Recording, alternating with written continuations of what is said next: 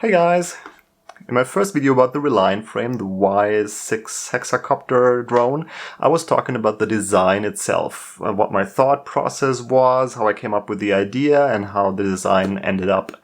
And now I do have all the CNC parts cut and have them right here, and now it's time to build the drone itself. And what we're going to do is I'm going to show you how the parts are going to be put together, what hardware you need, and then also what, for my personal build, what parts I use, what motors, stuff and everything, and why I did that. And then I'm going to build everything and solder it together, and we can do that together so you have an understanding how it works and then how I built my version of it. So if any one of you ever wants to build your own build, then you can just use this as kind of a blueprint, which I hope you will do, because I mean the reason why I'm doing all of this here is because I want to see how you guys are building your drone based on these designs that I'm doing here. So let's hop over to the bench and start building. Very excited and glad to have you aboard. Here it is. So these are all the parts that we will need to build the frame itself. After we did that, in the next step, I'll show you what parts I use for my build and how everything is going to be put together. So what do we have here? We have the main plates, two of them, one lower, one upper plate. Then we have the arms. The arms consist of the arm itself and then two motor plates. We have the 3D printed parts. We have some soft, like landing stuff, foamy thing, whatever that's going to be called. And then we have lots of hardware parts. And what we're going to need are, to mount the main plates on top of each other, we need M2 18mm spacer bolts. These are going to go between both of the main plates, like here, left and right of the arms, and that's going to make sure that we have a tight connection here. And we need for each arm 2, so 6 of these M2 18mm spacer bolts are needed, and additionally we were going to need 2 more of them for the mounting of the camera mount. Okay, so these M2 18mm mounts are needed for this here. We're going to need M2 6mm, actually 4mm is probably also going to work. It's just going to be a bit more secure screws that are going to be needed to mount these spacer bolts to the frame. And we will need double the amount of these spacer bolts so we can mount them from each side. So we have 12 M2 6mm screws that we will need. And also here we're going to need 4 more for mounting the camera mount top and bottom. So that's that. Then for the arms, the way that the arms are mounted is that you have one motor plate on top and one motor plate on the bottom. So like this.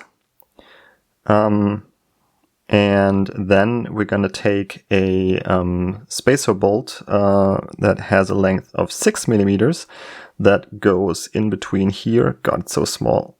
I'm not sure if you can see it, but it goes in between here.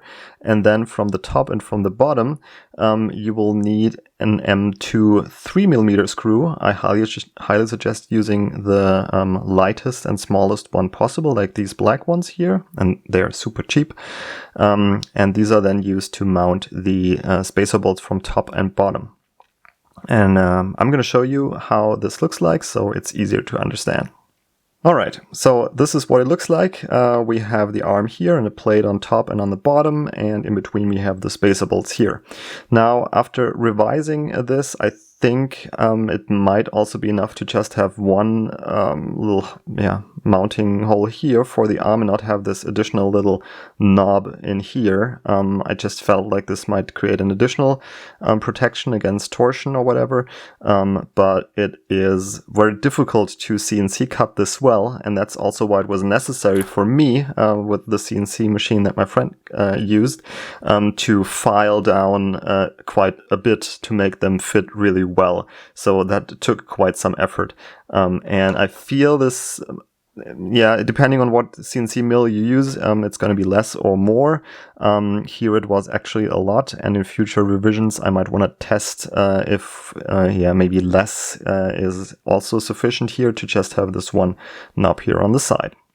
Alright, I'm now gonna put together all the other arms and then mount the arms to the main plate. So these are the carbon parts mounted, and now we need to put the camera mount here in the front in between these, like this. And what I used here, and this is also if you've seen my other build videos, this is an M2 18mm spacer. It has a width of an outer diameter of 3.5 millimeters, and you just push it through these mounts, and that creates a very tight connection. And you're also more flexible with the height, because the height of the spacer bolt dictates on what frame this goes on, and so you can go higher or lower as you desire.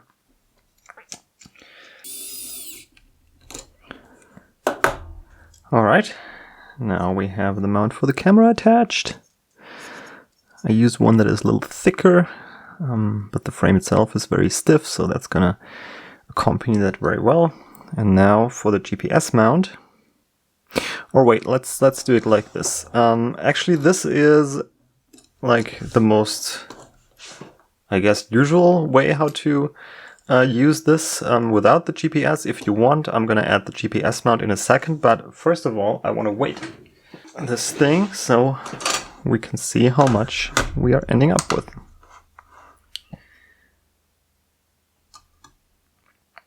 Okay, so that's 44.6 grams with everything needed frame-wise. Now what of course gets added is all the electronics and motors, propellers, and screws and hardware to mount the flight control and everything, but the frame itself ends up at 44.6.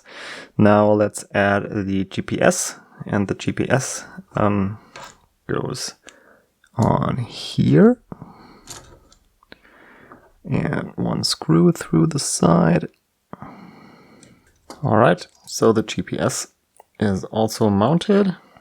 Goes back here, and now let's see how much it is with that.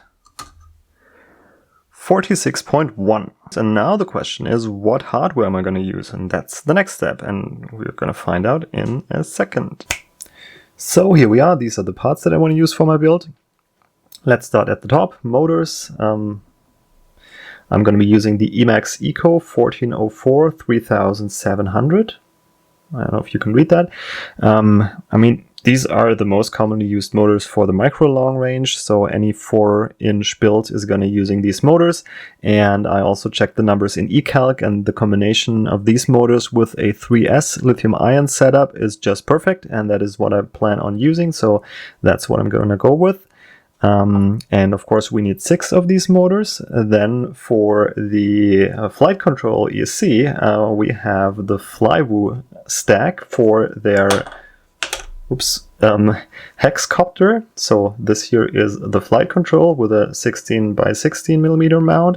And now comes the true magic. And that is, ta-da! This is the 6-in-1 ESC from Flywoo. This is actually the only 6-in-1 ESC with this form factor that I know of. It has a also 16 by 16 mount, so it's really super light. And the flight control comes on top of it. And, well, there is no alternative at the moment. This is what you have to use if you want to build a hexacopter, a small hexacopter. So that's that. Then for the RC control, I'm using a Crossfire Nano with an Immortal-T antenna, just as you probably know them.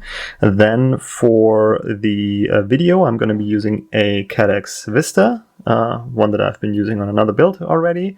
And what I've connected here is a video switcher or power switch, and this means we're using this. I can just switch on and off the Caddx Vista with a trigger on my remote. And that makes things a lot easier when I'm just, waiting for getting a GPS fix. Then the Vista won't get overheated in that time, or I don't know, when I'm just flying with others and whatever. This is super handy in my experience, and this is what I like to have on all my builds. Antenna wise, I'm going to be using a SMA mount, and to the SMA mount I'm going to connect an antenna, and that is going to be either the TBS Triumph, or this is an Albatross. You can find it on AliExpress or so under the name Albatross. And of course this one is like super long but also super heavy. I don't know, we can measure it real quick. So this one is 11 grams, that is a lot, and this one is 6, so that's half. Now, I'm not sure how much I'm going to be concerned with this weight difference here, but of course with this one you have, if it's mounted on top of the drone, you have like really a lot of distance, and that might be good. I'm not sure if this is necessary. I feel like this is more for a wing or something, or for a larger drone, but I don't know. We will see. Apart from that, probably this one is going to be used. We're going to see. I'm going to play around with that when we finish the build and we can weight the final drone. But yeah, these are the options that I have. And also, how are these antennas mounted? Because they have these SMA or RP SMA mounts. And what I'm going to be using is one adapter like this one here. And this goes through, let's see if I can fit it. Yes, this will go through here and be connected to the Caddx Vista, and then the antenna gets screwed on top here, because back here we're going to have the battery, the lithium-ion battery, and up front here is going to come the GoPro Naked, GoPro Lite.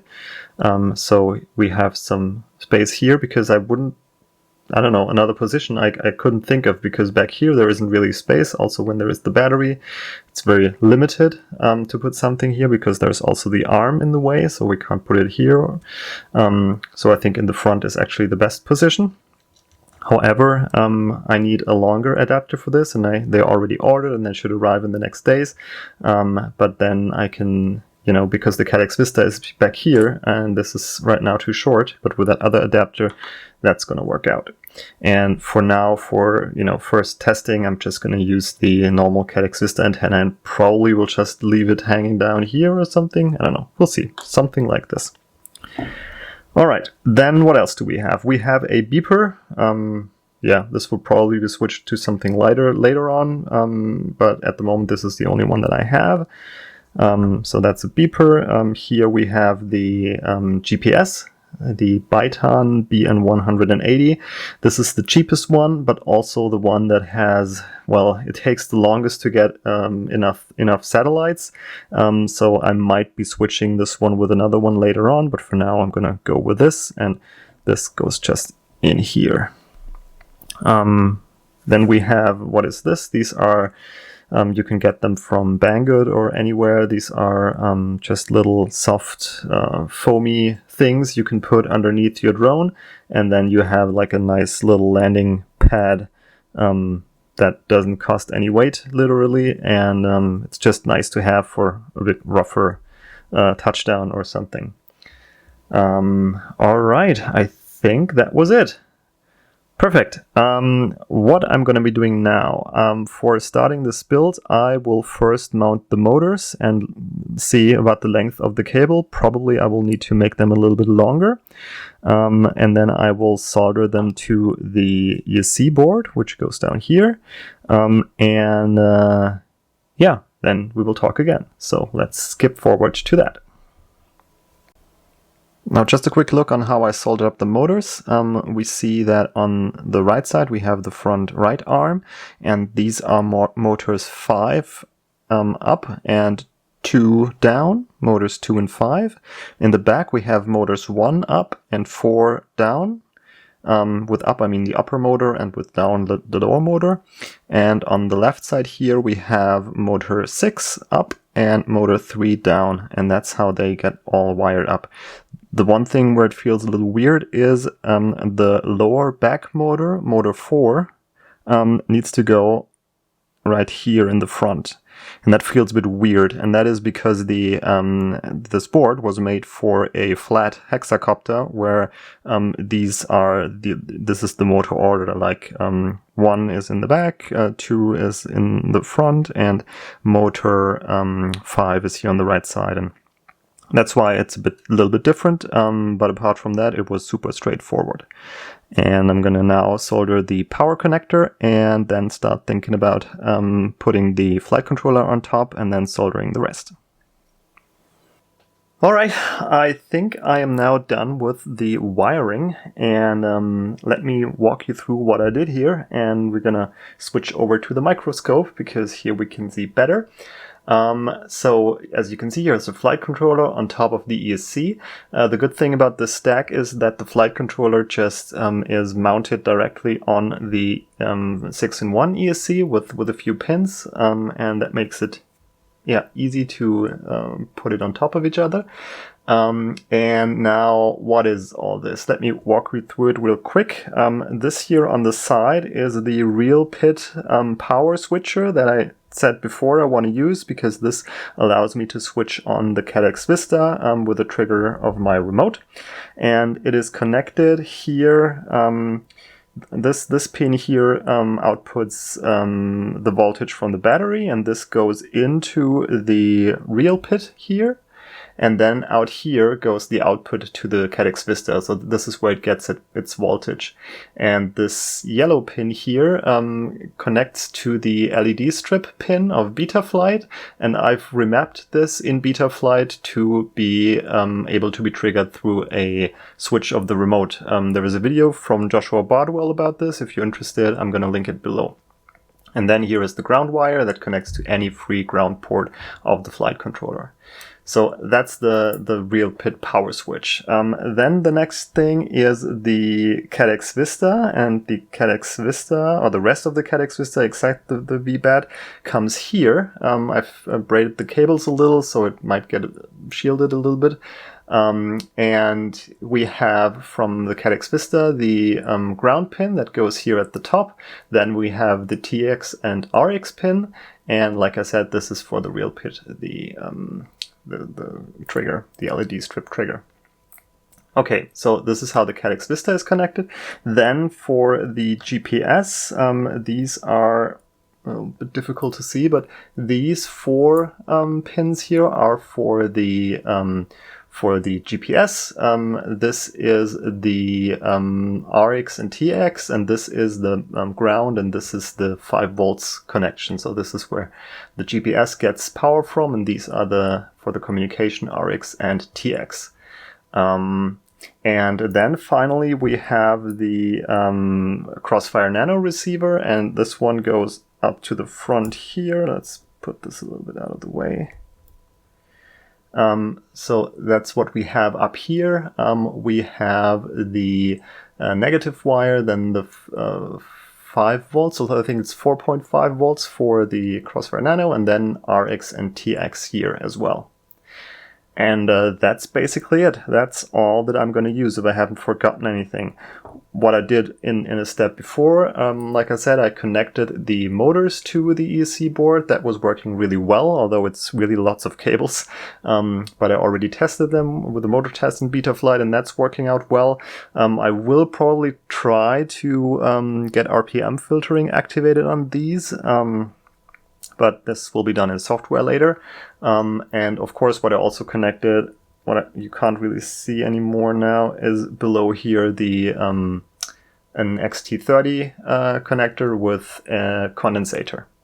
I haven't yet isolated this. I will do this with liquid rubber because I cannot really put a shrink and tube here that easily. Okay, so that's the wiring. I'm now going to put everything together and then show you what it's going to look like in the end. And we are done. This is the Reliant build that I came up with. Yeah, we got ourselves a little Y6 drone. I haven't had a go with it to see if it hovers or actually even flies, but we will find that out in a moment. But for now, let's just appreciate what it looks like. During the build, nearly anything worked out well. Like the most difficult thing was filing down the arms so that it is able to get stuck into the motor plates are going to be stuck onto the arms, and also the arms onto the main plates. That was a little annoying with the filing. I need to see if I can improve that somehow, but it works. It's just a little annoying to do. And then one thing that I also noticed is to access the USB port of the flight controller here, this one spacer bolt that I put in here is a little in the way. That's why I removed it here, and I don't feel like this does like hurt the stiffness or anything. So at least for like the time when I'm still figuring out things and where I need to connect it to the USB often, I will leave this off, and then I can mount it on later, just for the extra bit of stiffness. But apart from that, everything was working out fine. There was enough space. Of course, when you put it together in the end, you need to make sure that all the arms are aligned before you put the top plate on. But that also, it's just a matter of minutes. So yeah, all in all, that worked out very well. Like with the GPS mount, I still have issues with it, just from the looks, but it's gonna work, and the space here is enough that it's not gonna hurt the GPS, I'm pretty sure. We will see. So that's something that can be optimized, but the antenna in the front, I really like this, the way it also looks like from the side, and I think this is gonna work out well, and the height is also good. So I'm really happy with that. Let's check out the weight, where we are gonna end up now. So we are at 185 grams total weight. I calculated at around 180, so that's fine. Now, if you want to use it as it's supposed to with a GoPro, a naked GoPro, let's just stuck this on right here. We are at 218, and then with the battery that I suggest using, because that's the battery I planned with, is a 3S lithium-ion battery. And if we put that on right here and close the zip, we are at 375 total weight. So I think for a Y6 drone, long range with a lithium-ion battery, this is still pretty good. Like the total frame weight was around 46 grams. And then the hardware, of course, you have 6 motors instead of 4, so that's a bit of extra weight. But all in all, I think that feels about right. And also I think the looks are pretty good, because as the motors are up here, so on the same level as the battery, that doesn't feel too clunky, like there's something that doesn't belong here. So, and with this with this 3S lithium-ion battery, I think I'm gonna get around flight times of around, I don't know, 17 to 20 minutes, which is pretty good. Yeah, so I'm really satisfied what this looks like, actually, and I can't wait to go out and test it. And if you feel like building one yourself, please feel free to. That's why I'm doing all this. You can find the design files on Thingiverse for free, and I will get back later after I have some flight experience with this and show you what it actually flies like. Now, originally I was not planning to add flight videos to this build video, because I wanted to do a separate video of that, but I have to say that I fried the flight controller. I did so because I misaligned the little pins when I pushed the flight control on the ESC, because I was playing around with it on the field, and then when I connected the battery, everything just fried. And this is super annoying because it now takes another 3 weeks, and also this flight controller is rather expensive, so that's really a bummer. But that is also why I cannot provide any more flight videos. So what I'm gonna do is I'm gonna show you now the video of my first maiden flight that I ever did with this drone. It is, of course, nothing really spectacular with flying, because I'm basically just trying to see and find out if this thing flies at all. But I still feel like this video should end with some flight video stuff. So yeah, let's check it out. Now we are out in the field, a beautiful sunny day, and the first ever maiden flight of the Y6. And this is now recorded with the DJI goggles, so no stabilization or anything, and also flying with the Betaflight stock settings with no RPM filtering activated or anything. And I was very surprised with how stable it is already flying. There are still some micro jitters here and there, which I hope I can resolve with RPM filtering and some minor pit tuning. And here I'm just getting my bearings, seeing how the drone reacts to my RC controls, and also getting some black box recording logs to see what it looks like later on. And here I'm flying and I'm watching the beautiful shadow of this Y6 drone, because it looks rather unusual, so it's very interesting to see your own shadow with that. And here I'm also doing a little bit of close proximity to see how precise I can control the drone. And I actually didn't feel much of a difference between a quadcopter and this Y6 here, actually. If at all, it was flying a little more stiff, and that might be because of the higher propeller surface area, but I was very satisfied with that. And yeah, as I said before, this is a maiden flight. I'm not doing anything crazy here, just doing a bit of cruising, a few flips and rolls, just to see how the I can't say quad, but how the drone reacts, the Y6 reacts. And I was very satisfied with this first flight. And yeah, sadly I fried the flight controller, but as soon as the replacement arrives, I'll do more videos. And if you're interested in seeing that, then please feel free to follow my channel, and I will be providing future videos of this drone soon. And until then, I hope this video is interesting. Thank you for watching. See you again soon. Bye bye.